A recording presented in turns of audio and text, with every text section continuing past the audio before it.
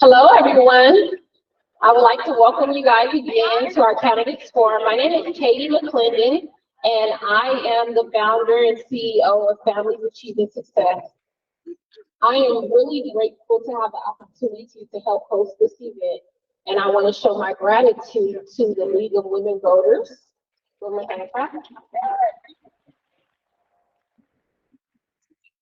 I also want to show my gratitude to the Perris Valley Chamber of Commerce.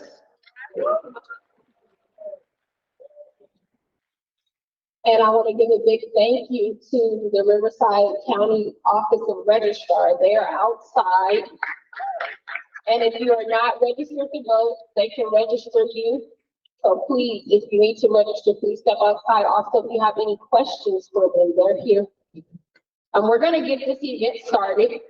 Dinner is coming around. Also, again, Melissa, raise your hand. If you guys need to submit a question, Melissa's here. Oh, like I was saying, if you have not registered, please do so. If you need translation, there's a table here, so there are headsets, and we do have a translator to translate to Spanish. Also, if you need to submit questions, Melissa's here at this table. All right, so without further ado, I would like to introduce the president of the Perris Valley Chamber of Commerce, Mr. Jerry Sepulveda.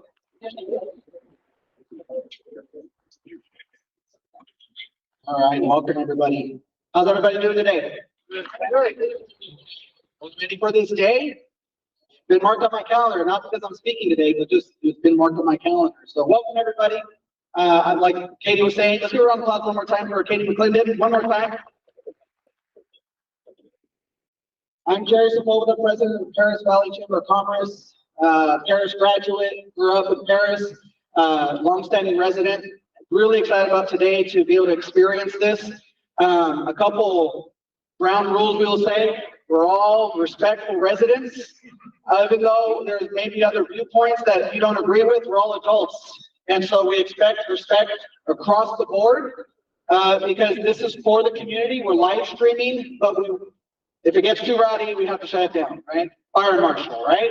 So just be aware of that. But I trust everyone here. I know everyone's been waiting for this day, and once again, we're really excited. With that said, I would like to introduce one of our first keynote speakers. Awesome thing is, when I moved here in the early 90s, I moved across the street from this gentleman and his amazing family. And so I'm excited to be able to introduce Councilman Malcolm Corona. Just come on up. Thank you, Jerry. Thank you, Jerry. Thank you, everybody, for being here. I was invited to be here as a candidate. Fortunately and unfortunately, I don't have an opponent, so I'm sure you guys are. Thank you. But it's been such a pleasure to represent the entire city of Perris for the last 8 years. We've done so many things. I definitely I look back about where we started, and I actually found one of my old flyers of what my campaign promises were. And I'm proud to say that I pretty much could check out pretty much all those. There's still so much work for me to do. Now, as I now focus more of my attention, even though I care about all parts of the city, because I did grow up here for about 37 years. I lived in the city of Perris. I definitely do want to put more of my focus on the District 4, the area that I'm running for, that I still haven't won yet. But there's so much work to be done in the entire city of Perris. Just economic growth and dealing with certain issues. Our roads are a mess. That's something we got to prove for the next 4 years. And just overall, just excited to serve the residents of Perris for another. Thank you. All right, before we have Malcolm sit back down, I have a few questions to ask. Since he's not going to be debating or doing anything, but looking pretty over there. So first question, Mr. Corona, is what are your plans to assist with the homeless challenges that we are facing today during your term? Thank you so much, Jerry. So about 4 years ago, about 5 years ago, we started a homeless task force in the city of Perris. Myself and Councilwoman Nava have been on there. And we work with different organizations. Currently, we are working with CityNet, being one organization, and they are really doing a lot of work dealing with our unhoused population throughout our city, which we see throughout the entire region here in Southern California. So it's definitely been a challenge because we are limited on what we can do. And with the passing of the grants passed law in the Supreme Court, which if you're not aware of it, go look into it. Now it looks like we're going to have a little bit more bite on how we assist these individuals who want help, and especially the ones who don't want help, right? Anybody that wants help in the city of Perris should be welcomed with open arms and provided all the help that they can get. For those individuals that maybe it's a little bit more convincing for them, we're gonna have to be a city that's compassionate but also responsible. And that's an issue that we're gonna be having to face in the coming months and years, as other cities are trying to tackle this situation that's affecting all over the state. So I know we've done a great job in finding housing for a lot of the individuals that are here, but I think we could all see driving down the street that there's still more work to be done, because one homeless on our street is too much. So I definitely want to tackle that issue, find out what the root causes of each individual is, and working with the resources and the local organizations that we have. Thank you. All right, last question. Knowing that your plate's going to be full as a councilman, what we want to know is what are going to be your two main priorities in this upcoming term? Okay, so I think there's lots of main things, but I guess I'll try to narrow it down to. I'll probably get out of that, talk about more issues, but the main issue all the time needs to be safety. Public safety is priority. And I'm not just talking about crime, which is an issue, right? And that's on the California ballot. So really look into that to see if that's something that you think that we should have in our city, or just in our state in general. But so public safety is an issue. Every single time the sheriff has asked for somebody for something, I have always voted in favor of it. Whether it's bringing the whole issues of the license plate readers that have actually solved crimes, to more cameras in our parks and making our community safer. Not just that though, but also the roads. Our roads are terrible. I'm not talking about just 215, but I'm talking about in our city, and then that's something that we're going to have to tackle. And that's going to have, if we have to go into our reserves, which are very healthy right now, then we should definitely do it. I'm all for saving money, but, it doesn't make sense to save, millions and millions of dollars, which we do have, if we have broken roads and broken windows and stuff like that. And so I want to make sure that this is a community that raises our living standards here as well too, and our quality of life. That's going to be an issue. So going into that, we need more entertainment in our city, more commercial in our city. So with the closing of our movie theater, which we're going to have, another business that a lot of people have been asking for to take its place, that kind of leaves a little hole in there of what we're going to do for entertainment for our young families here. And I'm not just talking about our young families, but even our seniors that want to have places for entertainment. So I think in the next coming 4 years, we're going to have to look into that. I know in the past, one of my main focuses have been our parks, and I can tell you, and I'm sure everyone would agree, our parks are better now today than they were 8 years ago for sure. Now we have restaurants in our park, which is a big deal, right? And with Enchanted Hills Park, and the new parks are opening, and the skate park that's going to open, but already skaters are enjoying it. So just kind of doing the same stuff that we've been doing, but now taking it to another level. So yeah, I guess that would be it. Thank you. All right, let's give a round of applause for Mocha Corona. All right, let's give one more round of applause. Let's bring up Katie McClendon. Please come on up. Right, you can just talk again to President of the Chamber of Commerce, Gary Capola. And let's give Malcolm a hand clap. It's really generous of him to come and share his time. He's running unopposed. He could be anywhere tonight. He's here with you. So thank you again to Malcolm. So we are going to get started with our first forum, and it will be the forum for City Council, and it is for District 2. So I'm going to introduce our moderator from the League of Women Voters. Janet, would you come up, please? Thank you, everyone. I'm sorry, I don't like to give my back to everyone. So Katie, thank you so much for the introduction. Yes, my name is Janet Bernabé. I'm part of the board of directors for the League of Women Voters. So we have our president here, Joan. So thank you so much for inviting me. I'm also recently appointed by the Secretary of State Office for the Language Accessibility Advisory Committee. Once again, thank you so much for the invitation. I am, first of all, also a Perris resident, been here in the city of Perris for over 30 years. I do have volunteers in the back and also in the front. They're Perris community members. And I also wanted to thank our translators. So make sure when you do translate to, when you do speak to, for the translators to speak slowly and clearly so they can be able to translate for the community. And once again, we want to thank the Families Achieving Success, Perris Valley Chamber of Commerce, and including the legal board voters and everyone else that came up. I know we already went over the format, so each candidate will have 2 minutes for opening statement. Candidates will have 1 minute to answer to the audience questions. We will finish up with 1 minute closing statements from the candidate, and the candidates are seated from left to right as their names appear on the ballot. We have alternate who goes first and who will with each new audience question.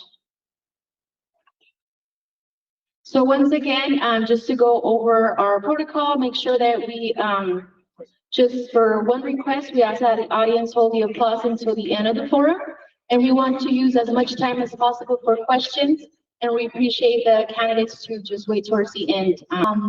So we're going to go ahead and begin with opening statements, and we're going to go ahead and first as mentioned, it is they're seated the way and they're on the ballot. So we're going to first go with opening statements with School Board Trustee Elizabeth Vallejo. Thank you everyone so much for coming. I think it's such a great event to know more about your local elected officials because we really all need to do our research on it. But a couple things about me is I'm a current school board member for the Perris Union High School District for the past 4 years. And do not let these looks deceive you. I look young, but I just got my first white hair the other day. So I feel like I'm wiser now because I got my second one last night. So, you know, now I'm wise just like everyone else.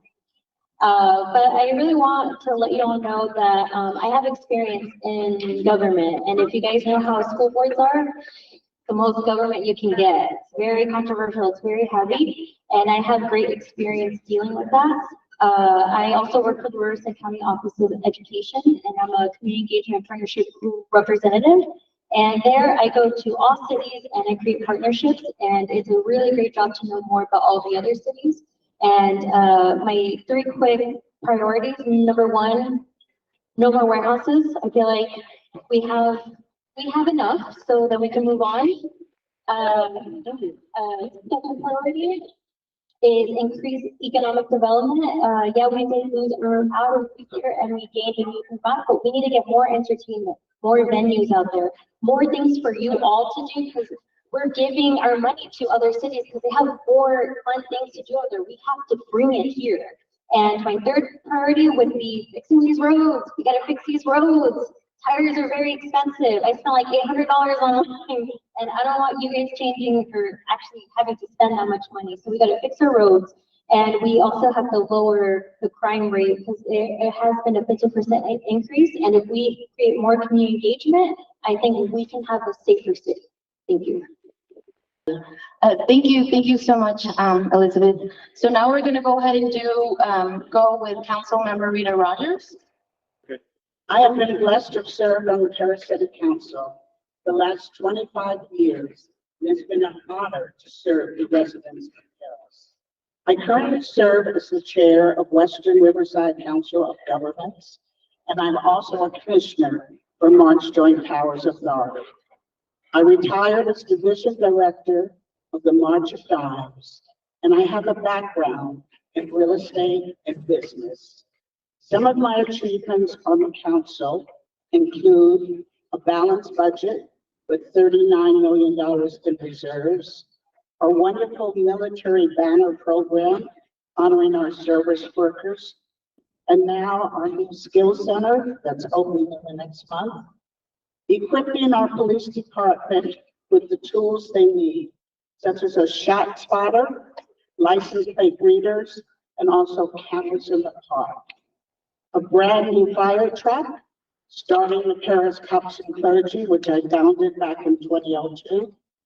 Our Live Well Perris campaign, the brand new Enchanted Hills Park, our homeless outreach team, community gardens in our schools, the senior prom and art classes for our seniors, and also hundreds of businesses and thousands of jobs. My top priorities are public safety, economic development, community engagement, homelessness, and youth programs. I am honored to be endorsed by the Riverside Democratic Party, the Carpenters Union, the Building Industry Association, as well as a host of elected officials, business owners, local pastors, and health professionals. And I do look forward to serving again. Thank you very much. Thank you so much. Thank you, the applause for our Councilmember Rita Rogers. Little echo again. So go ahead and we're going to go ahead and begin. We're going to be asking for questions right now, and so let's go ahead and get started. And just a reminder, we do have our timekeeper in the front here this evening. We have Katie Green. I'm sorry if I didn't introduce you earlier, but yeah, she's keeping the time for today. Thank you. If not, we can go a little over. Let me make sure I have my notes well. Okay, so we're going to be giving our last call for the audience when the questions are asked. And so we're going to go ahead and begin with our first question, and it's going to go to, as I started earlier with Vallejo, so we're going to go ahead and start. Rita Rogers, is that fine? Okay, so over the past several years, the logistics industry has taken over in Perris, overrunning our streets with trucks, polluting our air, and fundamentally changing the character of our neighborhoods and open spaces for the worse. What policies would you put in forth to bring these injustices and check and protect resident quality of life? Between our CEQA regulations and our environmental impact report, we do have to go through a number of changes to make sure that we are making sure that they have low emissions, landscaping buffers, and also walls around them. Each project that the council looks at, we have to weigh the pros, the cons, and we have to look at benefits to the residents as well as the environmental impacts, and hoping that our planning commission does a very good job of conditioning the logistic industries to make sure that they get forward emissions that are necessary and do a great job with landscaping. We also recently hired a police officer to do truck route enforcement to keep them off of the residential streets as well. Thank you. We're going to pass on the same question to Trustee Vallejo. Over the past several years, the logistics industry has taken over in Perris, overwhelming our streets with trucks, polluting our air, and fundamentally changing the character of our neighborhoods and open space for the worse. What policies would you put forward to bring this industry to check and protect the residents' quality of life in Perris? Well, as we all know, and a lot of residents have been suggesting that this is a warehouse city. There's so many out here. I feel like every time I turn around, there's one there. I'm like, oh man. But I would start off with a moratorium against warehouses. So I would say put a stop on all warehouses for now until we develop an efficient economic plan that benefits all residents in the city of Perris, because we are putting them in there. I'm so grateful for what they have done and what jobs they have possessed. But I think it's time to look, what else can we look? It is good to find other ideas, and it's good to see what other higher paying jobs, what other business centers we can also implement on there as well. And another thing is I would strengthen the environmental justice we have. So we do have environmental justice laws, but I feel like if we bring environmental justice organizations to help us understand, we can strengthen the environment and help our residents in a healthy, beneficial way. Thank you. Next question. This is for Councilmember Rogers, and we'll go back to Vallejo. Perris has become an entertainment desert, especially for families looking for a fun day or evening out. What family entertainment-oriented businesses does Perris need? How do you go about attracting those businesses? Perris City Council attends the International Conference of Shopping Centers, which is normally held in Los Angeles, Las Vegas, and other cities. Go and we recruit and talk to different developers that are interested in bringing all types of businesses, including entertainment business, shopping centers to the city of Perris. It's a regular activity that the city council is engaged in. We just recently opened a new trampoline park here in the city of Perris, and we're always looking to recruit new businesses, bring more entertainment events to the city of Perris. So that's our primary goal of bringing new businesses. Thank you. Councilor Rita Rogers, thank you. Thank you so much. And now we're gonna go over back to trustee Vallejos. Did you want me to repeat the question? Yes, ma'am. Perry has become an entertainment desert, especially for families looking for a fun date or going evening out. What family entertainment oriented businesses does Perris need? And how would you go about attracting new businesses to Perris? I will say currently attracting new businesses is hard, given with all the warehouses that we have, but I would implement strongly. We have to keep on networking. We have to network with other cities, with other chambers, and go as far as out of the county so that they can know who we are. I think going to conference is amazing. That's great, but we need to keep on pushing. We need to go more. We need to tell people why you should invest in us, why we need these things. And I believe more entertainment venue, as in Dave and Buster's. We can have a good like a sit-down restaurants, just more. But we have to let the businesses know that you should invest in here, and it's going to take a long time. It's going to take years, but as long as we stock the warehouses and we make Perris look great by even adding more trees, that makes it much more willing for people to invest. And that's what I think that's how we should start off.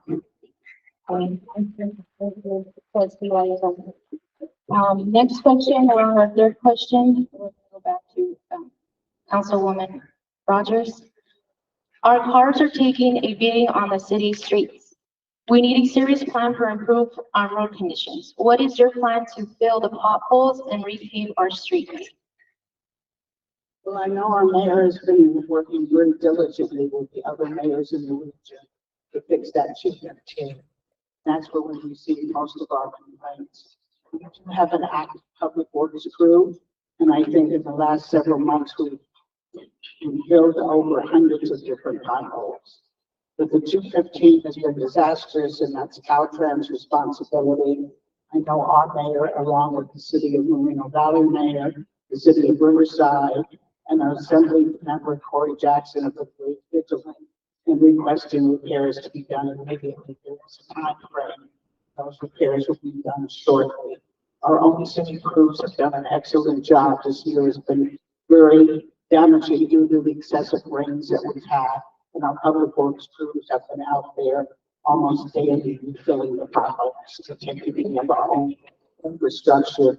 If we get it along the Ramon Expressway, we see now that we've taken, that is a priority route, as well as the Vallejo, filling up all those potholes. And we hate to pay the Ramon Expressway. Thank you so much, Councilwoman Rogers. Same question for Trustee Vallejos. Would you like me to repeat that? Our cars are taking a beating on our city streets. We need a serious plan for improved road conditions. What is your plan to fill the potholes and repave our streets?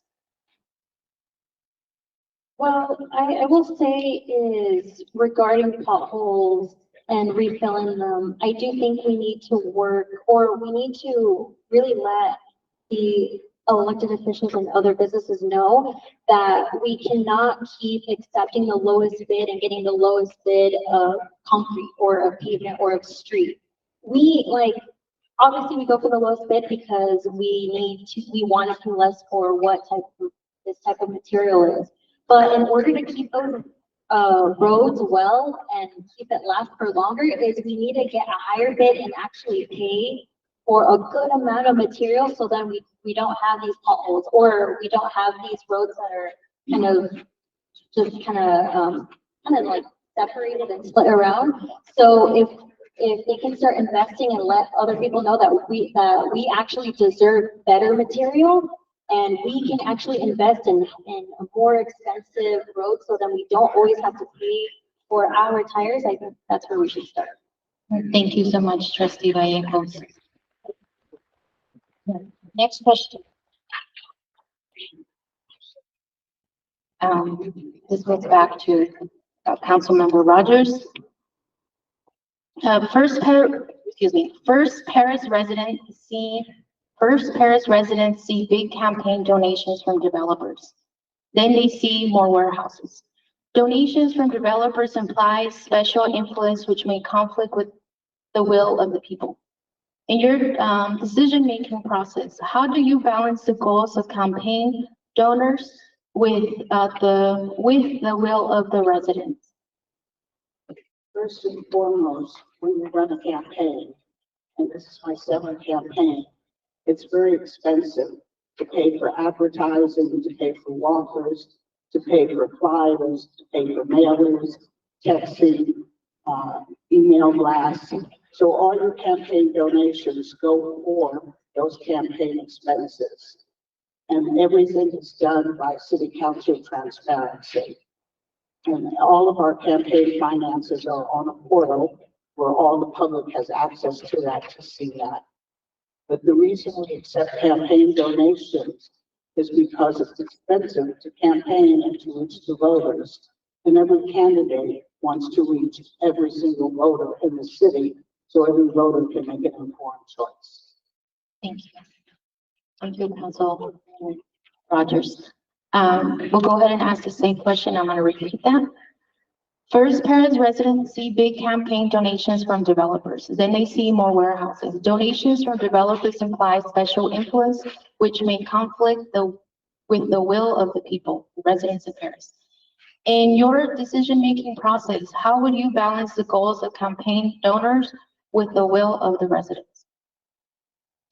Easy for me, I don't accept money from developers at all, and I never will.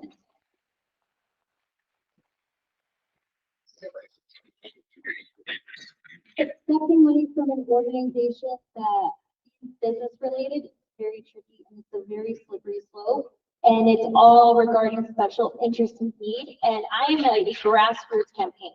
I was like, it's usually from people's money, and regarding canvassing, I go out there. And I'm out there saying, hey, what do you want? Because you guys need to know who your council members are. You guys need to have direct discussions with them so that you know who you're voting for. That is plain and simple for me. I don't need that much money. I don't need that much money. I'll get some money for flyers, but one thing is you have to really pay attention to is what your community deserves, and your community deserves is to see you for who you are without any special interest need at all. It's just you are here for what's best and what is your passion for the city of Perris. Thank you.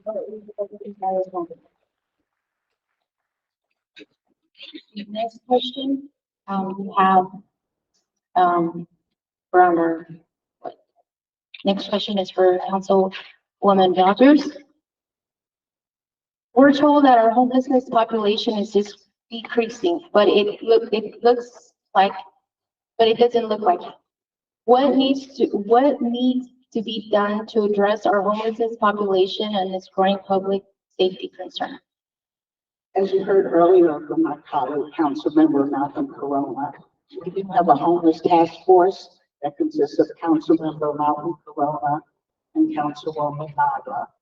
And in addition to our homeless task force that meets on a regular basis with our law enforcement officers to go over strategies of reducing homelessness, we have a contract with CityNet, which is our outreach team that is out there in the streets day and night, addressing the homelessness population, making sure they have the resources they need.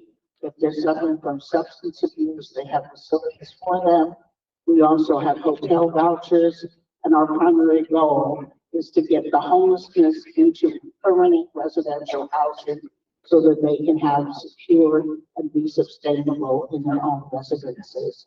So providing those types of services, we assist our homeless population and make sure that they can become productive citizens with the roof over their head.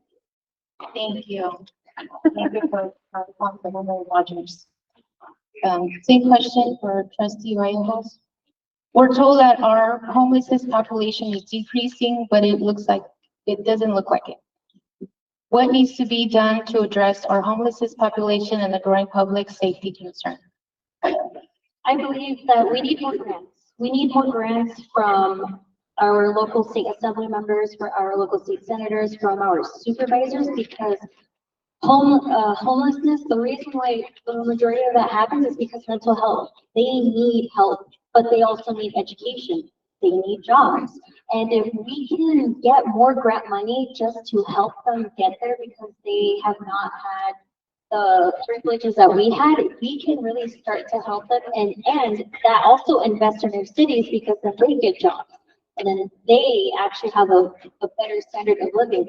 So I would highly recommend, like, you need to talk, you need to network, and you really need to create partnerships with your current elected officials as well as nonprofits, because the more connected we are, the more partnerships we create, we can really help the homelessness because it's long overdue and we really need to help them. Thank you.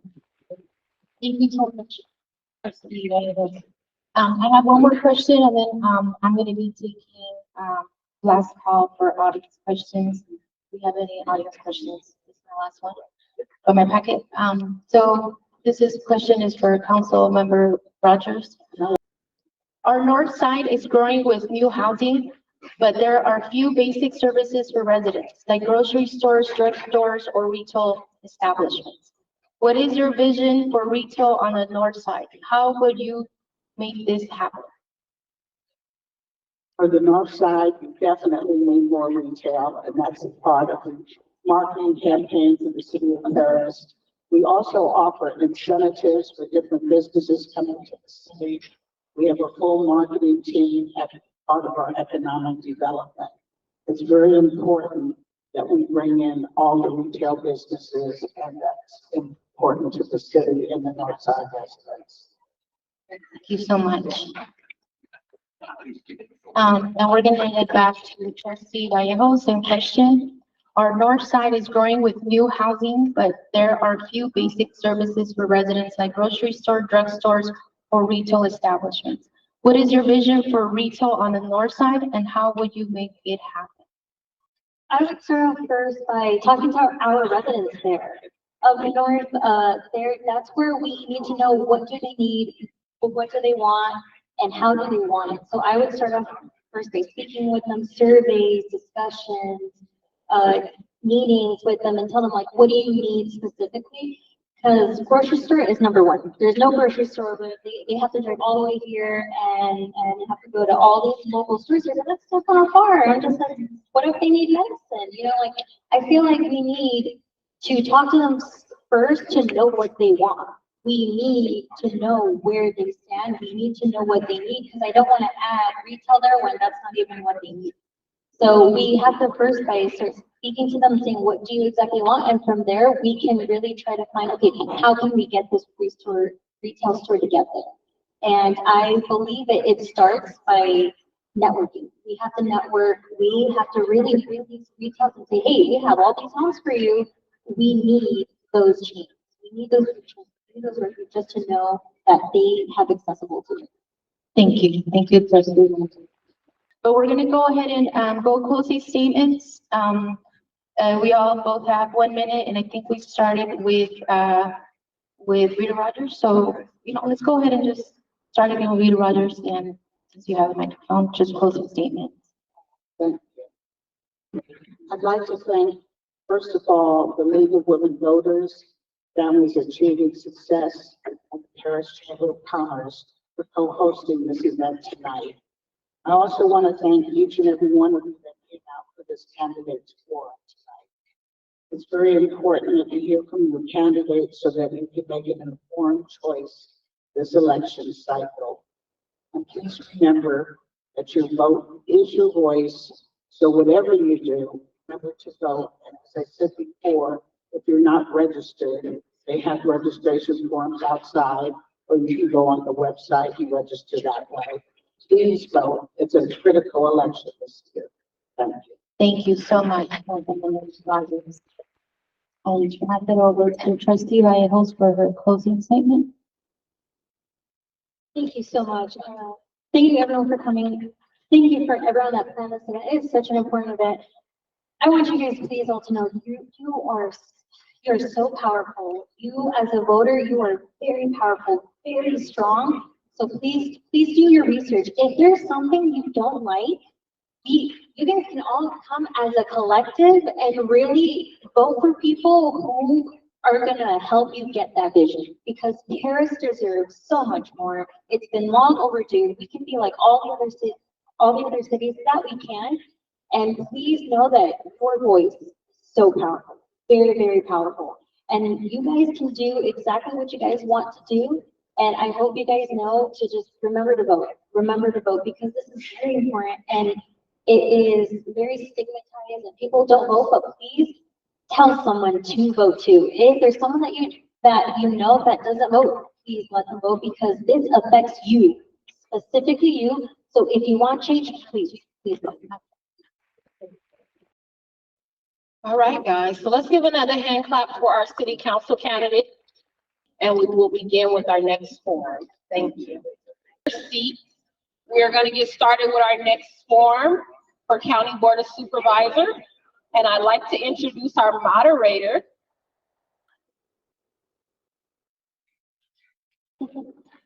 From the Board of Directors of the Perris Valley Chamber of Commerce, Mr. Robert Mason. All right. Good evening, everybody. I need to grab my script here. All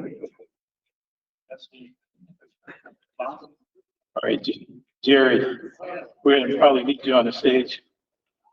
Okay, good evening, everybody. I'm Roth Mason. A little bit about me. I'm a board member on the Perris Valley Chamber of Commerce, and I'm here to moderate tonight. Also a college professor at Rita Valley College and a business owner. So I'm looking forward to this opportunity. We want to have we have two veterans in this area. So I want to introduce each of the candidates. First to my left, we have former Assembly Member Jose Medina. Let's give him a round of applause. To my right, we have State Senator Richard Roth. Let's give him a round. All right, both of these gentlemen have spent many years providing services in the Inland Empire. Let's give them a round of applause. One last big round. All right, a little bit about the rules of engagement. Each candidate will have 2 minutes for their opening statement, and then each candidate will have, again, 1 minute to answer questions that have come up. We have about 6 or 7 questions that will be asked of each candidate. We'll be starting from left to right. So we'll start with Jose Medina. We'll go first, and then we'll go to Senator Roth, and then we'll just go back and forth. I want to do something special. We have something special tonight. We have our timer, Miss Katie Reed. Come on up, Miss Katie Reed. Okay. She is a retired Air Force major, a nurse, an attorney, and a longtime Riverside activist. She knows how to keep time. Okay, so she's going to get it started. All right. So we're going to ask the audience to hold applause to the end of the forum. We want to have as much time for each of the candidates to be able to do their thing tonight. All right. So first of all, I'm going to kick this off by asking Mr. Medina if you'd go ahead and begin your 2 minutes of. All right. Okay, 2 minutes of your introduction, please. I'm ready to be your next county supervisor because I think we can and need to do better. I'm concerned about the lack of direction and leadership of the present Board of Supervisors. A board that voted to give themselves a 9 to 18% pay raise, annual salaries ranging from $190,000 going from $190,000 to $226,000 a year, at a time when, according to Bloomberg News, half of the households in Riverside couldn't afford to pay their monthly bills. Residents are rightly concerned with the proliferation of warehouses going unchecked, causing worsening air quality, health issues, and more gridlock on our freeways and local streets. The residents of Riverside County deserve to have a sheriff department that is accountable to its residents. That is why I have advocated for a sheriff's citizens oversight board and separating the coroner's office from the sheriff's office. 43 deaths in our county jails in the last 3 years is unacceptable. Having to pay over $99 million in lawsuits is fiscally irresponsible. Bringing more jobs to our area, improving healthcare, reducing homelessness, reining in the number of warehouses, making the Riverside County Sheriff's offices more accountable are not easy issues to solve, but I guarantee you that when I am elected supervisor, I will work tirelessly on these issues and the issues you care most about: quality of life, education, public safety, and the environment. Thank you, and I look forward to your questions. Next up, Senator Roth. Thank you, sir. It's been my great privilege to be your state senator for the past 12 years. I've worked very, very hard for each and every one of you. Out here in Perris, we brought $2 million to your senior center, $7.5 million to rehab your Foss Park, and $7 million to implement your downtown plan with the Railway Museum. But, you know, there's much, much more to do, and that's why I'm running for Board of Supervisors to be your supervisor, and I hope you'll give me another chance to serve. We need high-tech, high-quality, high-paid jobs here. We need healthcare. We need to expand healthcare facilities, bring more clinics to regions just such as this, and more providers. We need more men. We'd like to ask you guys if you could slow down just a little bit for the translators. I'm sorry, go ahead. Which part would you like me to? Just start wherever you feel. Did they get that? Got that? Thank you, ma'am. Thanks for telling me that. We need more behavioral health facilities and mental health providers in this region. We need more social service workers to help people on the street where they need help the most. We need to work on housing and homelessness. We need more housing, both affordable, subsidized, and market rate housing. And we need to work on our homelessness situation to provide them with mental health care, treatment, housing, and jobs. We need our transportation infrastructure enhanced, expanded, and our streets maintained. And lastly, we need to make sure that our communities are safe. We need to make sure that our public safety personnel have the resources that they need, and we have enough of them on the street to provide the response in a timely fashion. All right, gentlemen, the first question will be 1 minute each. I'll start with former assembly members. Next year, Riverside County will be taking over the duties of the March Joint Powers Authority. How will you ensure organizational transparency? Some feel that it's lacking right now in the Joint Powers Authority, and advocate for the wishes of residents living near the base. So one of the things that I would be concerned about is the time of when the joint powers meets, and make sure that it's accessible to the citizens of Riverside County. I did attend a meeting of the joint powers where the community was very well represented. Matter of fact, I think was standing room only. And the citizens came to that meeting to express their strong concern about the project that was being planned for the joint powers. And I was very impressed with the citizens, the way they expressed their views, the way they articulated and were knowledgeable about the effects of the proposed warehouses at March Air Force Base.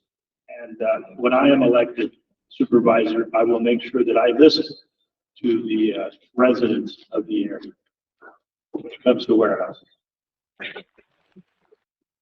Okay, Senator. Next year, Riverside County will be taking over duties for the March Joint Powers Authority. How will you ensure organizational transparency? Some feel it's lacking today in the JPA, and advocate for the wishes of the residents that live nearby. Well, the Joint Powers Authority was formed when March Air Force Base realigned to a reserve base. And the primary function, in fact, the only function of the Joint Powers Authority was to deal with the land use, to dispose of the land, to develop the land. The Joint Powers work in that regard has largely, if not almost totally, been completed. Land use development has been accomplished, and there's very little land, if any, left to be developed.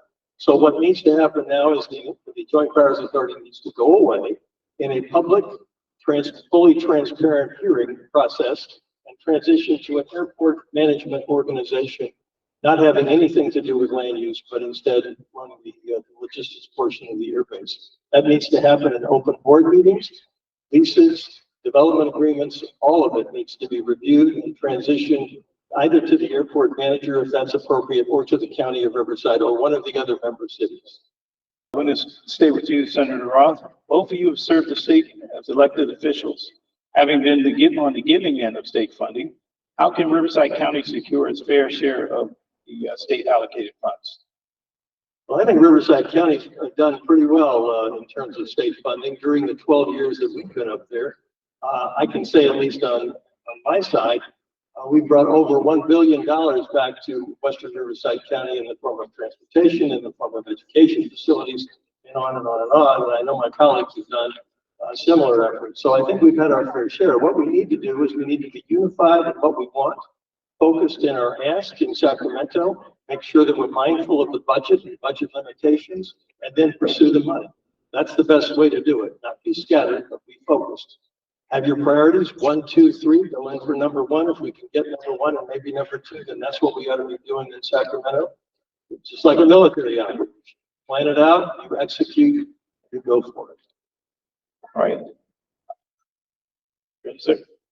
That was a complaint that I heard often when I was first elected, that the Inland Empire and especially Riverside County didn't get its fair share of the state budget.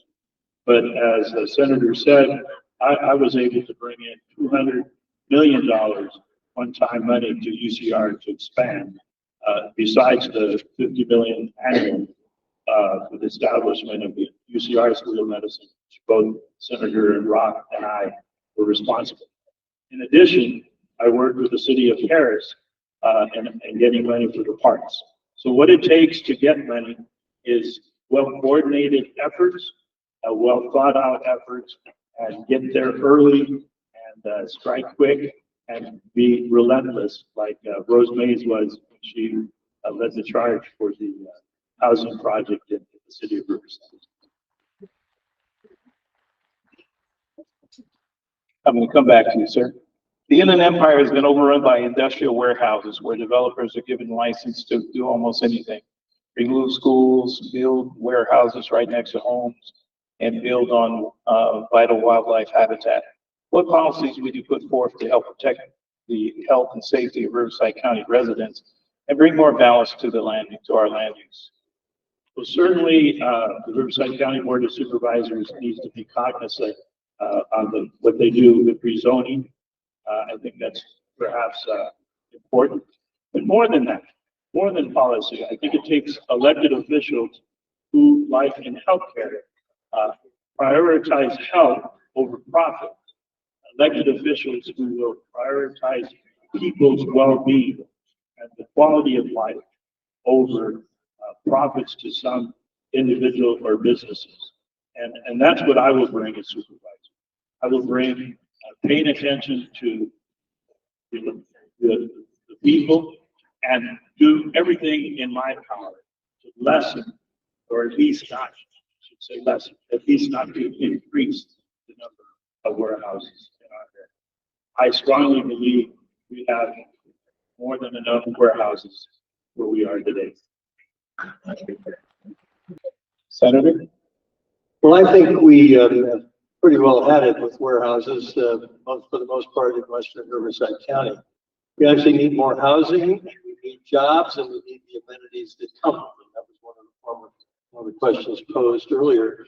The question is how we transition from the warehouse era into what I call the high-tech, high-quality, high-paid jobs era. And we need to make that transition. We need to start it quickly. We need to recruit those jobs as we're doing so. But with respect to warehousing, if there's a project that is proposed, we need to ask ourselves, is it appropriate for warehouses? Is it an industrial area or not? It's not, maybe not. We need careful planning. Where are the sensitive receptors, setback distances, location of buffers, truck routes, enforcement of truck routes, all of that, if you're going to even consider a warehouse. But as I said, we need to transition away from warehouses to high-tech, high-quality jobs, and we need to do it now. I'm going to come back to you, Senator. This past July, Governor Newsom issued an executive order vowing to withhold funds from cities and counties that don't clear homeless encampments. What is your reaction to that order, and what steps do you believe need to be taken to address Riverside County's homeless population? Well, I think he was telling the state they had to do it. For the local communities, I think he was urging them to clear homeless encampments. I think the issue there was when you clear a homeless encampment, where do you put the homeless? Where do you put the homeless? Homeless are homeless because they either lack a job or they have severe mental illness. I think that generally is true. If they lack a job, you need to provide job assistance. You need to provide affordable housing. So we need to make sure we build more affordable housing. And we need to make sure we have landlord assistance or some rental assistance if we can. And if they have mental illness, we need mental facilities, treatment, and providers in order to take care of them instead of rolling them in and out of our emergency departments. 72 hours later, they're back on the street, same clothes, same shopping cart, same contents, and nothing's happened. So we need to treat, stabilize, house, and employ when it comes to our homeless population. We need to do it. I think the governor's executive order was intended to make cities, counties, being able to get rid of the encampments easier. And that was something that I worked with as the state legislature with the city of Perris. I worked with the Mayor Vargas, and the city council when they brought up to me that there were homeless on the shoulders of the freeway. And I was quick to contact Caltrans to make sure that Perris was treated like other cities. Perris shouldn't be treated any differently from, say, Beverly Hills or another city, a coastal city in California. So yes, we need to do everything we can to have coordinated service as people go on the street, work with nonprofits, work with law enforcement, find places for the homeless, but definitely it needs to be coordinated. Then back to you, Mr. Medina. Given the fact that supervisors control their budgets and oversee the sheriff's department, would you support the establishment of the civilian oversight board for the sheriff? Not only would I support, and have I been supporting oversight, citizens oversight committee for the sheriff, because that power was given to the board of supervisors by the legislature. It was in a bill that I voted for. But not only will I call for and continue to call for citizens oversight board of the sheriff's department, but separating the coroner from the sheriff's office. 44 deaths in 3 years in the county jail is way too much. I read that we had recently another individual who was just released from jail, died an hour and a half after. We definitely have to have oversight of the sheriff's department. Right now, the board of supervisors is not doing enough, and we have a county sheriff who goes unchecked. Senator? Well, we need to recruit the best. We need to train to the best standards, and we need to hold our law enforcement personnel to the highest performance standards, and then hold them all accountable, top to bottom. Of course, the board of supervisors needs to increase oversight over public safety, and specifically the sheriff's department, and hold individuals accountable if they fail to meet performance standards. Citizens Oversight Committee is one method of gaining information and delivering it to the board of supervisors. But I'm sure my colleague would acknowledge the fact that the Citizens Oversight Committee does not have the authority to take action. It remains and rests with the board of supervisors.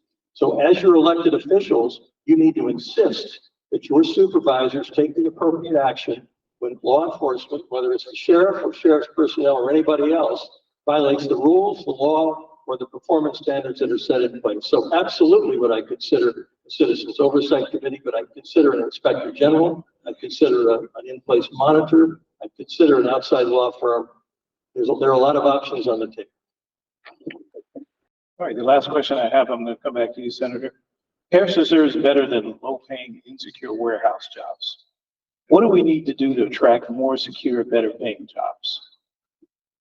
Well, as I've said before, what the problem we have here is there's no organized effort. The cities are on a frolic of their own, and the counties on a frolic of their own. What we really need to have is we need to have an all-county, or at least an all-Western Riverside County Tiger team, perhaps led by the county, but with all cities participating, laser focused on building on what we have in this county, which is not warehousing. We have biotech research and medical research at the UCR School of Medicine. We have cutting edge clean energy research at the Air Resource research facility on UCR's campus. We need to build on that to attract and recruit high-tech, biotech, medical research, clean energy research, research and development and manufacturing to this area. And Perris is a prime site for that because you have the land to house those job creators right here. More jobs in Western Riverside County. So certainly we need to build on what we have. And the School of Medicine, the UCR School of Medicine, is a place that brought jobs. As it increased the number of doctors, it brought jobs to the area. We need better health care. We need a UCR hospital, a UCR research hospital, and something in that order of a UCR research hospital and all the research that would come with it, being something like Irvine, UC Irvine Hospital or UCLA Hospital or San Francisco, the research development that would come with that would bring, again, many jobs that would be higher paying jobs than what we have. Those are the kind of jobs that we need in our area. All right, thank you. Come back to you, former Assembly member. How will you work with the regional transportation agencies to improve the congestion on the road and the road conditions on the 215 highway? And the 215 highway, I was on it coming over here. It certainly had a lot of potholes, as we mentioned at the beginning. Continue to work with Caltrans, making it a priority. And fight the homelessness, making sure that our area is not ignored as far as the road conditions. Congestion, I do think that if we try to make sure that we put a check on the number of warehouses, that will certainly make sure that we don't get even more congestion. And then continue to expand where we can, use state money, bring in state money to improve the highways and freeways in our area. Well, it all starts with jobs. You know, between 2016 and 2020, over 60,000 more people drove from Riverside County to Orange County for their jobs and drove in the opposite direction. So if you want to reduce congestion, you have to go back to point one. Tiger Team, laser focused, bringing high quality, high paid jobs here so people can live closer to their homes rather than commute long distances. We need to push the federal and the state government for more money for freeway expansion, but we're going to have to fight the state because they have a vehicle miles traveled restriction that doesn't allow us to expand our freeways if it expands vehicle miles traveled on the road, but we're supposed to build more housing out here. We need to expand our Metrolink. I see they've done some of that, and our commuter bus lines moving east to west so people can actually commute effectively and efficiently from home to job until we bring more jobs out. I'm going to stay with you, Senator. Every 8 years, the state sets a target for a number of homes needed to meet the housing needs of all Californians. What elements need to fall into place for Riverside County to meet its state mandated housing needs? Well, those are planning targets, and planning doesn't build homes. And so with respect to market rate housing, we need to expedite permitting and planning. So we get that done quickly. We need to be able to utilize existing streamlined CEQA rules to build things quickly on the market rate side, which should drive down prices. And the more houses we build, the less demand requirements. So We also, on the affordable side, we need to access tax credits and grants to try to build more affordable housing. We also, and with community input, because one of the problems with affordable housing is where you're going to put it. So we need active community engagement on that, regular, consistent. And finally, we need to consider community land trusts and mutual housing associations, somewhat new concepts down here in Southern California, as a way to fund and build more affordable housing. So I think those things will help us meet our RENA obligations. The average price for a new home in our area is over $700,000.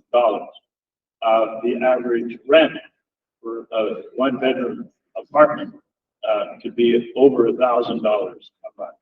So what is badly needed is affordable, moderate housing. And we need to give some incentives to developers to create those kind of homes that people can afford. And that is one of the ways to do it, is to give incentives. Other supervisorial districts have a grant program for first-time buyers. 2 of the supervisorial districts have it. When I'm elected, I will make sure that the first supervisorial district has the same incentive program for first-time buyers. Ms. Medina, I'm going to come back to you. What will you do to draw the citizens into the county decision-making process and create a robust community engagement? I have said previously that there is a lack of transparency.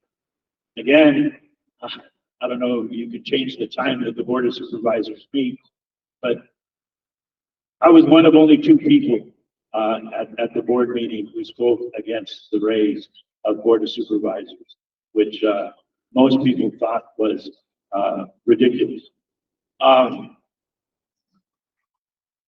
We need people's confidence in government, and we build people's confidence in government when government is responsive, when all levels of government are responsive, including the sheriff's department. We increase voter engagement. We increase citizen engagement when they have trust in its leaders. Well, this is an example of it right here. Electeds have to be accessible, and they have to engage in the community on issues of importance. One thing that would help, I think, with community engagement is to form community task forces to engage on particularly troublesome issues where community members participate along with electeds and staff members to work through problems and develop solutions. Currently, the County of Riverside has area councils, certainly in the unincorporated areas, and perhaps those could be expanded to the incorporated areas where the issues are county issues, where they have community board members that are active members. They meet regularly. They talk about pending issues and new issues. They talk about the problems and solutions. And as I said, they meet regularly. I think those should be continued and expanded, along with the use of task forces and having electeds out here in meetings just such as this, being held accountable and accessible. Okay, we're going to go into the 1-minute final statement. We'll start with you, Senator Roth. Well, I just want to thank you for giving me this opportunity, giving us actually this opportunity to come before you and speak. It's been a privilege to represent you for the past 12 years. I look forward, hopefully with your support, to serving as your county supervisor. And I will tell you one thing. There will be nobody who works harder than I do as your county supervisor for you, for the city of Perris, the unincorporated area out here, to bring jobs, to bring basic services, water, sewer, streets, sidewalks. Nobody will work harder than I to try to do those things. Thank you for your patience and your tolerance this evening, and I appreciate your time.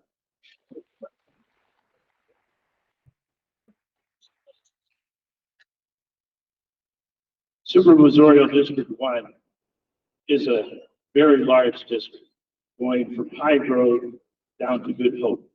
And this past weekend, I had the opportunity to tour the whole district. It took about 5-6 hours to see it all. I saw some things that I had never seen in my life.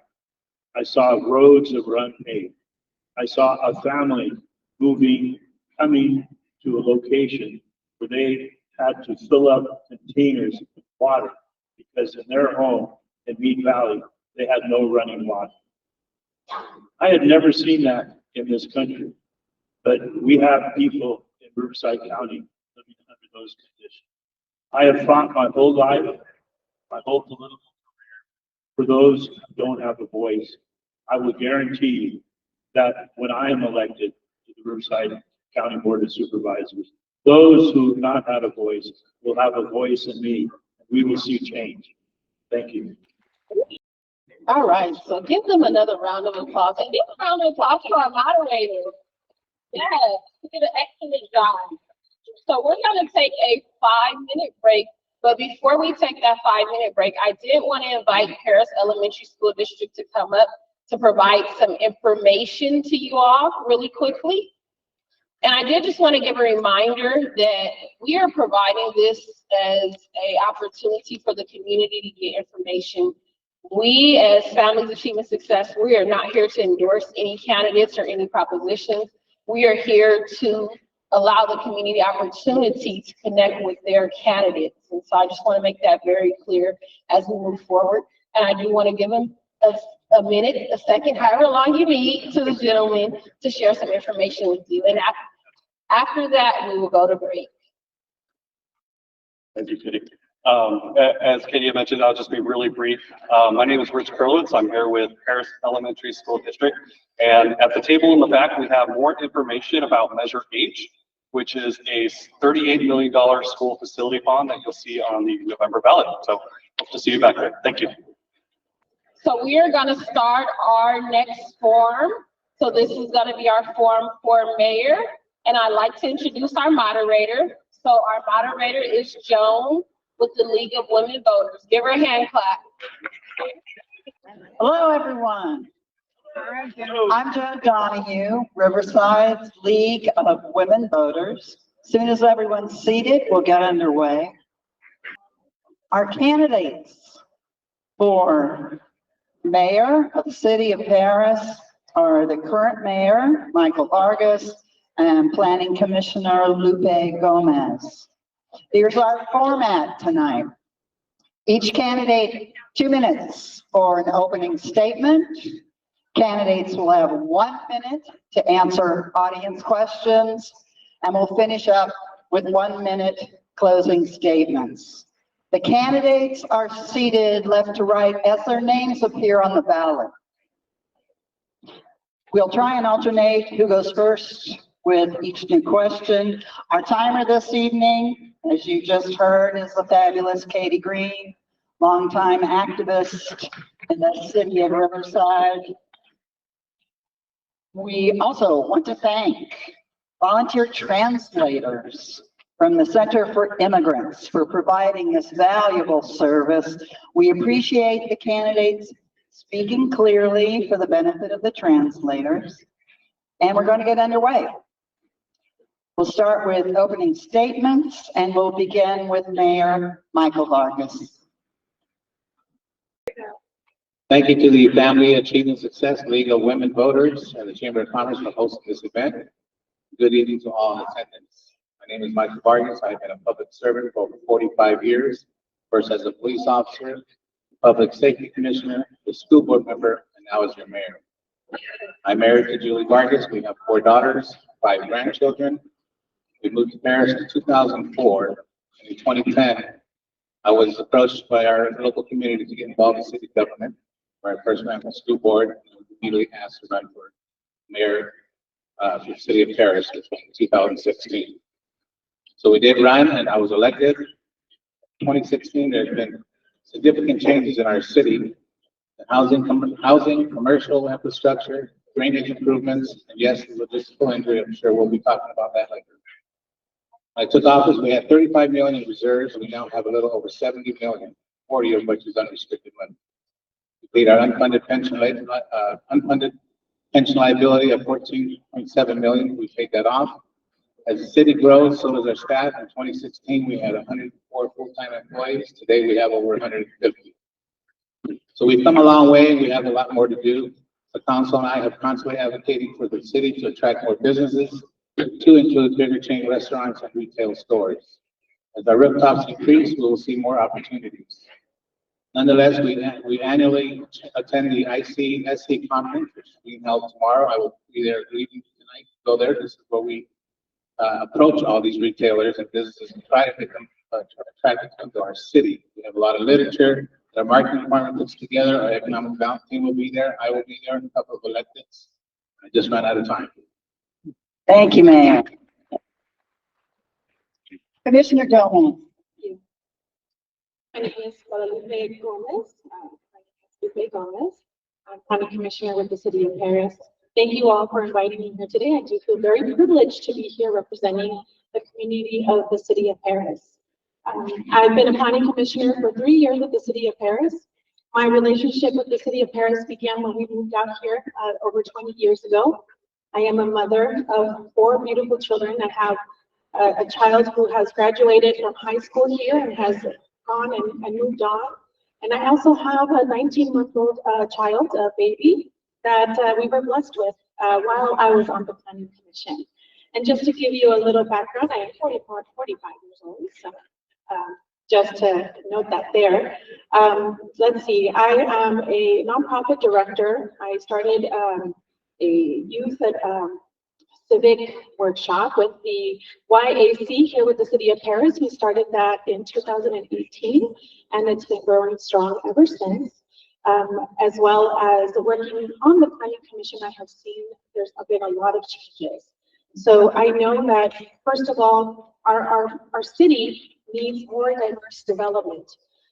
We have plenty of industrial development in our city, but you have yet to see a civic center, a multi-sport complex, and an amphitheater, which I am very hopeful and know that we can get. I want to make sure that we fix our essentials, our roads, our parks. They need to be resurfaced. Our landscaping needs to be redone as well. We need to hold those accountable to make sure that it gets done. I want to make sure that we invest in our public safety and clean up our city. The first thing that I'm going to do as mayor is I'm going to walk every single shopping center, and I'm going to make sure that the shopping center landlords are there and that they are also held accountable for bringing beauty and cleanliness to our shopping centers and our city. Thank you. We'll move on to audience questions, and we'll start with Mayor Vargas. Over the past several years, the logistics industry has taken over in Perris, overrunning our streets with trucks, polluting our air, and fundamentally changing the character of our neighborhoods and open space. What policies would you put forth to bring this industry in check and protect residents' quality of life? Thank you. That's a very good question. And being blamed for a lot of these warehouses. Truth of the matter is there's only been 7 warehouses since I've taken over as a mayor that has come to the council, and that's where zone changes. Everything else is either pre-approved prior to me taking office, or it's approved at the level of the planning commission. So there are plenty of things set forth, good neighbor policies, EIRs, a lot of checks and balances that have to go on. Each case is on a case-by-case basis. When it comes to the council, we are addressing the rezones, and those are the ones that we have to be very critical on what we do. We're also limited with the airbase, restricted air path for accident potential zone crashes. That limits what you can build in those areas. So there's a variety of questions in place, checks and balances, and we just have to make sure to keep on implementing those on a case-by-case basis as it does approach the city council. Thank you. Commissioner Gomez? Thank you. That is the question of this campaign, right? It's the warehouses. As a planning commissioner, our recommendations from the planning commission have fallen deaf on city council ears. We have, in August of last year, I had a conversation with the mayor, and I let him know that I was concerned about our roads, the congestion, the lack of the truck route enforcement. And I was very kindly told that it was not my business, policy was not my business at that time. And I definitely took that upon myself to say, well, I need change. I went home, I discussed it with my husband, and we said, what are we going to do? Are we going to stay here and continue to make recommendations that fall on deaf ears? And either we leave or we stay and we make change. And my husband said, we're gonna stay and we're gonna make change. And that's why we're here today. Let's start with Commissioner Gomez. Paris has become an entertainment desert, especially for families looking for a fun day or evening out. What family entertainment-oriented business does Paris need? How would you go about attracting those businesses? Thank you. Thank you very much for that question. As a mother with children in different decades, I realize that having a place to take our children to enjoy the time is very important. We already have a beautiful setting here in the city of Paris. We have a lake, we have skydiving, we have plenty of other, we have history here in our city of Paris. And I think what we need to invest is in culture with our families. So we definitely need to attract and leverage what we have. We need to attract civic center. We need to attract an amphitheater so we can celebrate our cultures. And we need to make sure that we have a multi-sports complex. We have many sports leagues here in the city of Paris, many of them nonprofits, and they don't have an adequate place to play, or they are in between. They don't receive the same amount of effort from our city. So I believe we need to attract more grants for them as well. Parents spend a lot of time volunteering, and it's a lot of work. Thank you. Mayor Vargas, family entertainment-oriented businesses. What does Paris need and how to attract them? We need a lot of entertainment. I came here in 2004 with my wife and my 4 daughters are very young. There's no entertainment at all in Paris. We have the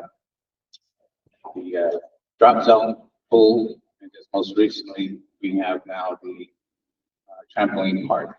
Well, we need a lot more than that, and this is not just for kids. We need activities for even our adult and our young adults as well. People keep saying about Dave and Buster's, but I'm sure that'd be awesome. There's a lot of things awesome, but it's how do we get them here? And that's how we go to these ICSC conferences and try to promote our city to get them down here. Tell them, hey, come to Paris. This is a growing city. We have a lot of people here. Everything that opens up a new business in Paris does very well because our people don't have to leave the city anymore. That's what we have to do. We've been working hard, myself and the council and our economic development team, advocating for the city of Paris, trying to bring these companies into Paris. And hopefully, I know it's redundant, but what we keep hearing is more houses, we can get things done. Thank you. So we'll stick with you, Mayor Vargas. Our north side is growing with new housing, but there are few basic services for residents, like grocery stores, drugstores, or retail establishments. What is your vision for retail on the north side and how to make it happen? Well, you're speaking to the choir because I live on the north side and I have to come shopping down here with my wife. I got to hear from her all the time. Ramona Expressway is the gateway to Paris.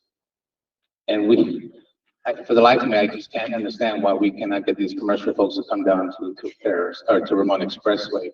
Evans and Ramona Expressway in particular, the southwest corner, was even done research and data show that it was positive for a supermarket. We were working with some markets I can't disclose who they are. Well, we want Paris, but we just don't want it there. Everybody wants to come to Nuevo and Paris Boulevard. That is the hot spot right now for its growing, as you can all see what's happening. So constantly, again, advocating for the north side. Like I said, Ramona Expressway is a gateway. We connect not just our city, we connect neighboring cities that pass through to get to the 215. It is a remarkable place to hold a grocery store, and a large chain grocery store, not a little mom and pops. We need to get a large grocery store in there, so we're doing our best. All right, thank you. Commissioner Gomez, a vision for retail on the north side, how to make that happen? I know how we can make it happen. We need to provide jobs that can provide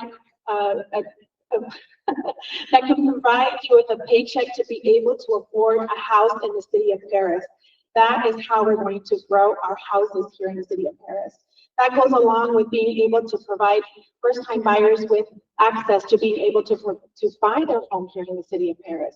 I too have had conversations with grocers. I actually had a conversation with the Grocers Association in California recently, and they want to come to the city of Paris.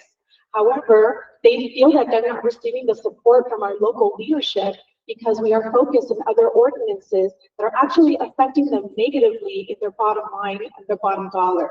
So we need to continue to have conversations, strengthen our relationships with the commercial as well as the industrial that's already here, and making sure that they're providing those jobs where they can actually afford to be able to shop here in the city of Perris. All right, thank you. I will stick with you, Commissioner. Our cars are taking a beating on city streets. We need a serious plan to improve road conditions. What is your plan to fill potholes and repave our streets? Thank you. That is also a very important question. When I go knocking on doors and I'm speaking to our fellow residents and I bring up that we want to fix our roads, that's the most expression I get is, yes, please fix our roads. It's been 8 years with our current administration. And I can tell you right now that we need to strengthen the relationships with our state and local leaders. We need to strengthen our relationships with our senators, with our assembly members, and everyone in Sacramento and in DC. We heard earlier from the supervisors who were up here and the supervisor candidates who were up here, and they were telling us that they can also bring dollars to fix our infrastructure. They were saying that they can bring that to our city. So we don't need to rely on the warehouses to bring that infrastructure, which is something that we hear all the time. They are the ones that build our streets.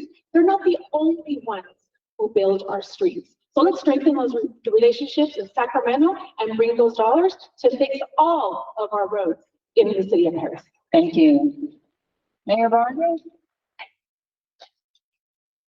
Good question. Yes, we need to fix our roads. We've been fixing our roads. We had contracted city engineer the past few years. We now went in-house and we discovered that he's the past wasn't doing a very great job. Our current city engineer is doing an excellent job. There's a lot of rehabilitation going on in our old parts of downtown. They don't have any special tax to maintain the roads as we do in the north and the south.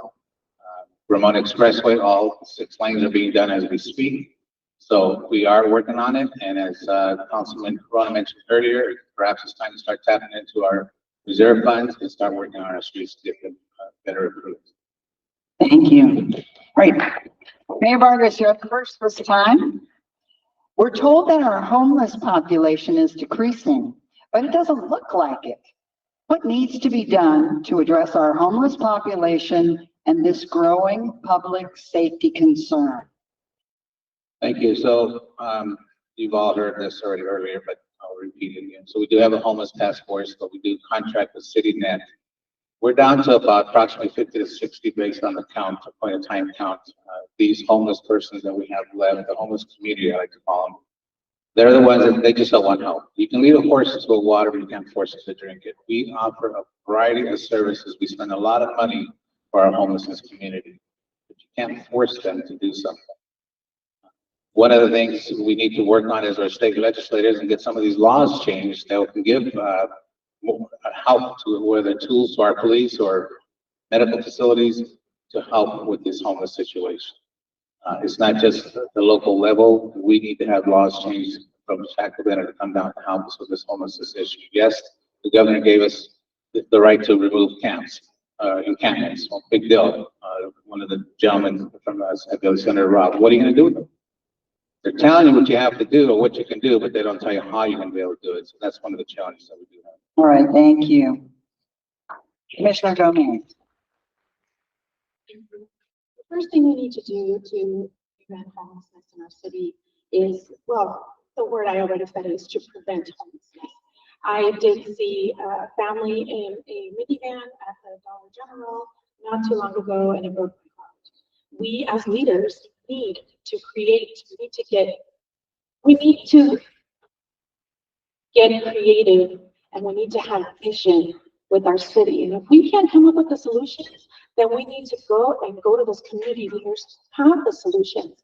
CityNet is one very important resource in our city, but there are many community leaders here amongst us today who know how we can provide those resources to our local homeless population. And how else do we prevent it? Again, we prevent homelessness by providing the jobs that are going to allow them to be able to have affordable, to be able to afford an apartment. How are we going to keep those apartments affordable? We're going to make sure that there's no predatory landlords out there that are putting them in a hard spot. All right, thank you. We'll stick with you, Commissioner, to go first this time. Affordable housing remains the #1 issue in California. The high cost of housing can put home ownership out of reach, cause families to struggle to make ends meet, and increases our homeless population. What is your plan to increase affordable housing in Perris? Well, first of all, I am very proud of the city that I live in. And I believe that it's time that we brand our city to reflect everyone here in the city of Perris. We need to rebrand our city. We need to continue to expand on the first-time home buyer grants that we are offering at this time. Yes, we have a surplus, but that surplus shouldn't stay there. It should be getting used to help all of those first-time buyers to be able to purchase a home in the city of Perris.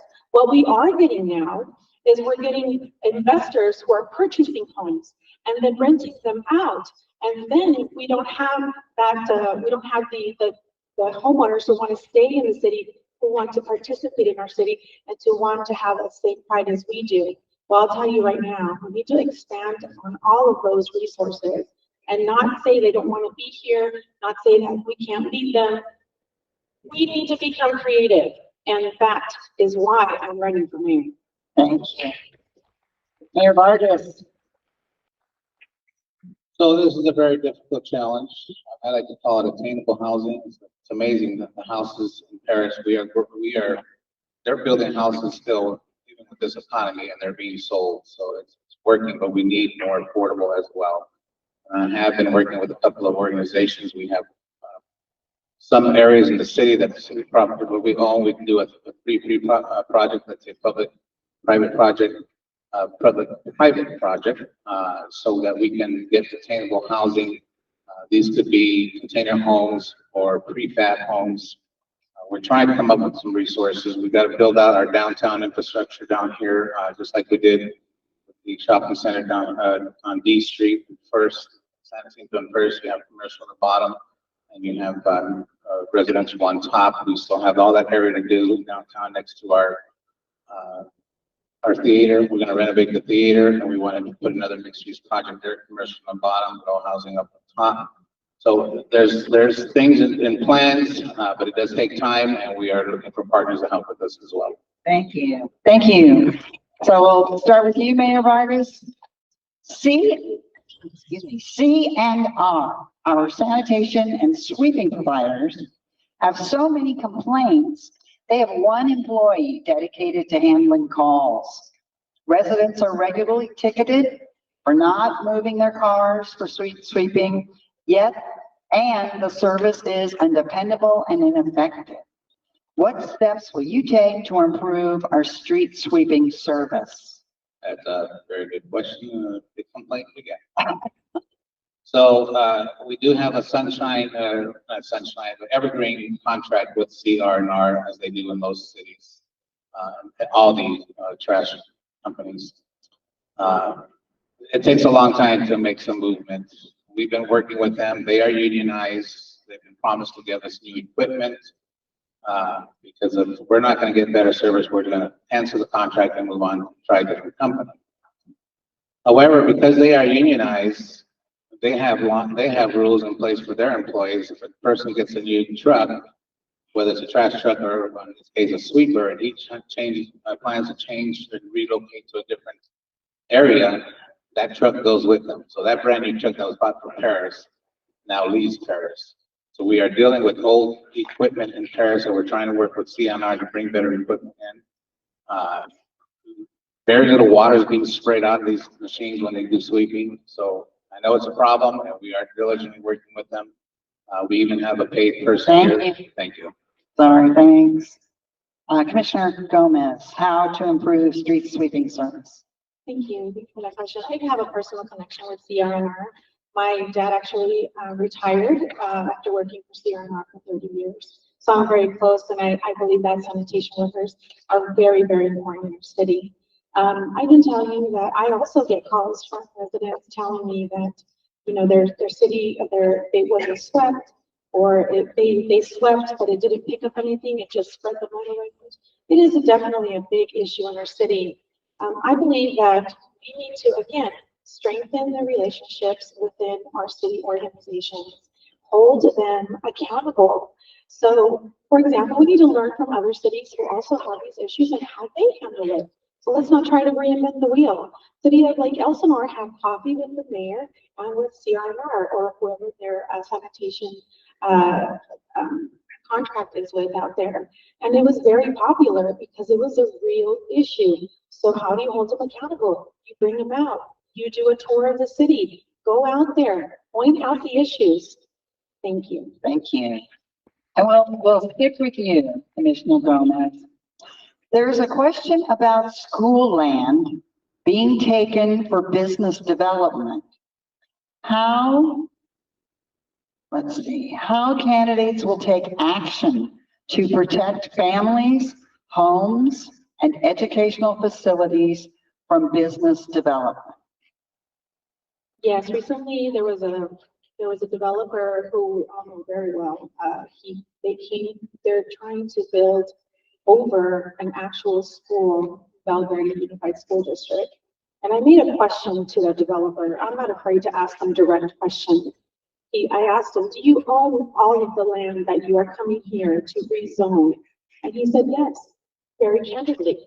But I have doubts because I find it hard to believe that they own the school that we're referring to. And so I said, let me rephrase my question. Do you own the land where Valverde Elementary School is at? And he looked at me and he said, no. So we need to ask the right questions. We need to let them know that we will not tolerate them coming in here, making plans to build over our city, especially with industrial warehouses, and not answer the questions and not be held accountable. Thank you, Mayor Vargas. Protecting families, homes, and educational facilities from business development. That's the question. So technically, that's the question for the Board of Education. City, we cannot control what happens with a piece of land that is owned by the school district. It's the developer personally just can't come out outright and just buy it. He has to negotiate with that school district. Certainly, I will advocate for the schools behind them and the community. But we have no jurisdiction over the land sale of property that's owned by a school district. That developer needs to go to the school district. So, and I know the particular project we're talking about, he does not own that land. And that's something he's negotiating with the district. They included homes, so I think they may, if you want to There's address no that. homes involved in this. It's just a school. Okay. All righty, and we'll stick with you, Mayor Vargas, for our next question. Citizens are the city, yet most don't feel a connection to city government. What will you do to draw citizens into the city's decision-making process and create robust community engagement? Yep, very good question. I've been dealing with that for 8 years. I've got one marquee up. I got 3 more marquees coming up. We're live streaming.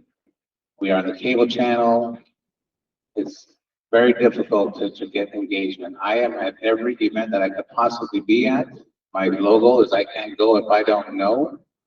Now that we are districts, I want to form a community district engagement person, just like the schools have. It's a connection between the elected official and his district that he serves to get more engaged in our meetings. If you do attend our meetings, you can see very low turnouts. So this is a very important task that I have been trying to work with. Everything I've been doing except for door knocking and say, hey, come on down. But I'm hoping these marquee signs will help get the word out more, and having a community engagement specialist person for each district council will probably really help a lot. Thank you. Commissioner Gomez? Thank you. I started with community engagement long before I was planning commissioner. So since 2018, I have been working with the YSD, encouraging our youth to vote. We have civic workshops. We invite all of the local officials to come and speak and give them information on why it's important to vote locally. Yes, when the mayor did mention the marquees, I actually thought it would be very nice, something nice, you know, when you come in the city and when you leave.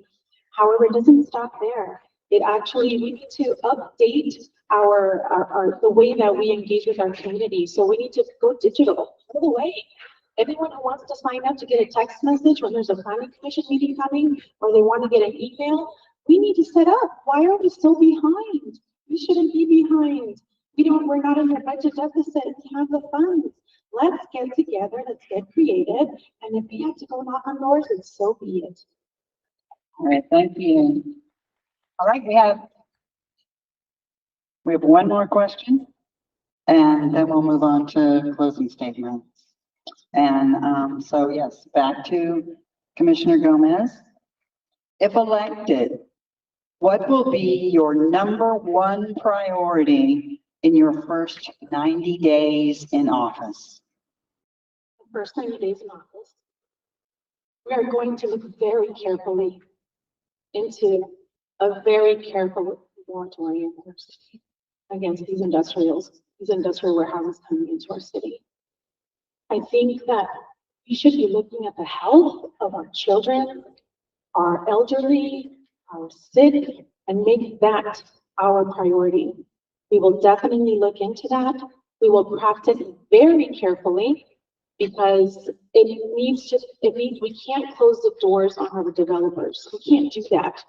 We need to let them know that we're here to have conversations. I will not close doors on anyone who wants to have a conversation with us to build up our city, because you, the resident of the city of Perris, you are important, and I want our city to reflect all of us here in the city of Perris. Mayor Vargas, your #1 priority, first 90 days in office. I have to say it's public safety. Without public safety, you can't keep on running a city. So we have to make sure that our public safety is up to par. We are now looking at adding a 3rd fire station in the city of Perris to serve the southern portion of Perris. We only have 2 fire stations for the whole city. That's not enough. The city is growing. In 2004, there was only 43,000 people when I moved here in the city of Perris. Today, we have nearly 82,000 people in the city of Perris. So if our families are not secured, we can't keep moving forward. So we have to make sure our public safety, that's both police, fire, and medical as well. All right, thank you. All right, we began opening statements with Mayor Vargas, so let's begin closing statements with Commissioner Gomez. Thank you. Thank you, everyone, for being here today, for taking an interest and an important interest in your city. Thank you for allowing me to be here. Thank you for the nomination to be able to make it on the ballot as a candidate for the mayor for the city of Perris. I want to make sure that everyone knows that when I first get into office, other than what I had mentioned earlier, I'm going to make sure that I tour the city. Every single neighborhood in our city has a different need. As I knock on doors and I hear our residents speak and give me what their concerns are, not every neighborhood has the same concerns. Some have safety concerns, some have school concerns, some have, concerns of accessing affordable housing, but I'm not going to wait for them to come have coffee with me. I'm going to go out to them. I'm going to knock on their doors, and I want to hear what they need. Thank you. Mayor Vargas? Yes, thank you again for this opportunity. Thank you for all our community members that showed up. I appreciate this opportunity to be able to speak to our community and to, Perris is a great place to live. I brought my family here in 2004. Heard so much about, Perris ghetto, this ghetto. This is not a ghetto place. This is a wonderful city. We have grown so much since 2004, way before you and I took office. In 2016, when I did take out, we started expanding even faster. When I first started, we couldn't get people wanting to come do business with us. We had to go fight, ask them to come. Now when we go to these conferences, they're reaching out to us and making appointments with us. So you know what, something's working well with my administration, with my current council and myself. And I want to have that ability. I'm not done. 8 years is not enough. It takes a lot to get things accomplished. We need at least 4 more years. There's certain projects we have in the works right now. Our team is on the move. We have a great city manager and staff. So I appreciate the opportunity, and please everybody go out and vote November 5th. Thank you. All right, let's hear it for both the candidates.